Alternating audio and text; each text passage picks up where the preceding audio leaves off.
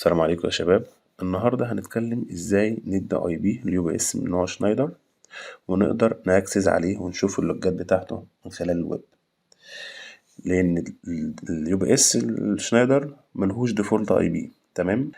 ولا حتى بنقدر نديله الاي بي ده من خلال السكرينة بتاعت اليو بي اس نفسها. ان باختصار البورت بتاعه لازم ياخد حاجة بتدي دي اتش سي بي، وبعد كده نعرف الاي بي بتاعه وبعد كده نقدر ناكسس عليه. باختصار خلينا نشوف مع بعض. اول حاجة انا لو عندي برنامج زي Advanced IP Scanner، تمام، بسطبه واي حاجة بتدي دي اتش سي بي اوصل الكابل فيها واوصل برضو اللاب بتاعي دي اتش سي بي، وبعد كده لما اشوف اللاب بتاعي خد ايه دي اتش سي بي وبعد كده ابحث بالادفانسد اي بي سكانر هدين اللايبات اللي عندي، وهلاقي طبعا ان هو مميز مكتوب عليه اي بي سي، تمام.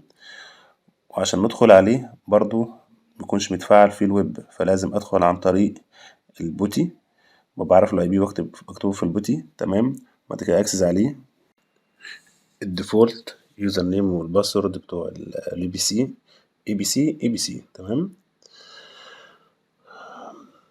بعد كده بعمل استفهام عشان اشوف ايه اللي عندي في السي ال اي. انا طبعا عايز افعل ويب فبكتب ويب، تمام. بعمل استفهام عشان اشوف افعل ايه بالظبط. عندي HTTP و HTTPS فبعمل ويب داس اتش، تمام. ده بالنسبة ل HTTP، وبعد كده ممكن ويب داش اس بالنسبة لل HTTPS. هنا كان مديني ديسيبل على ال HTTP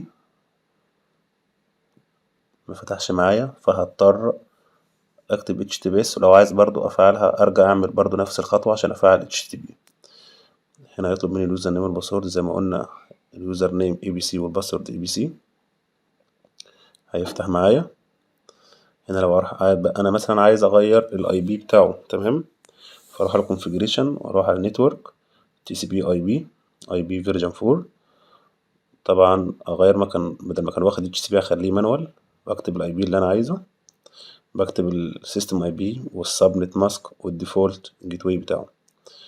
وكمان اقدر اعمل configuration هنا بدل ما اروح اعملها على السكرين، طبعا تبقى هنا اوضح يعني. اعمل ابلاي، وممكن اعمل ريستارت لليوزر انترفيس ده بحيث مش يراستر بس، لا يراستر الاو اس بتاعه بس. وهنا برضو بشوف الايفنت بتاعته او اللوجات بتاعتي. شكرا.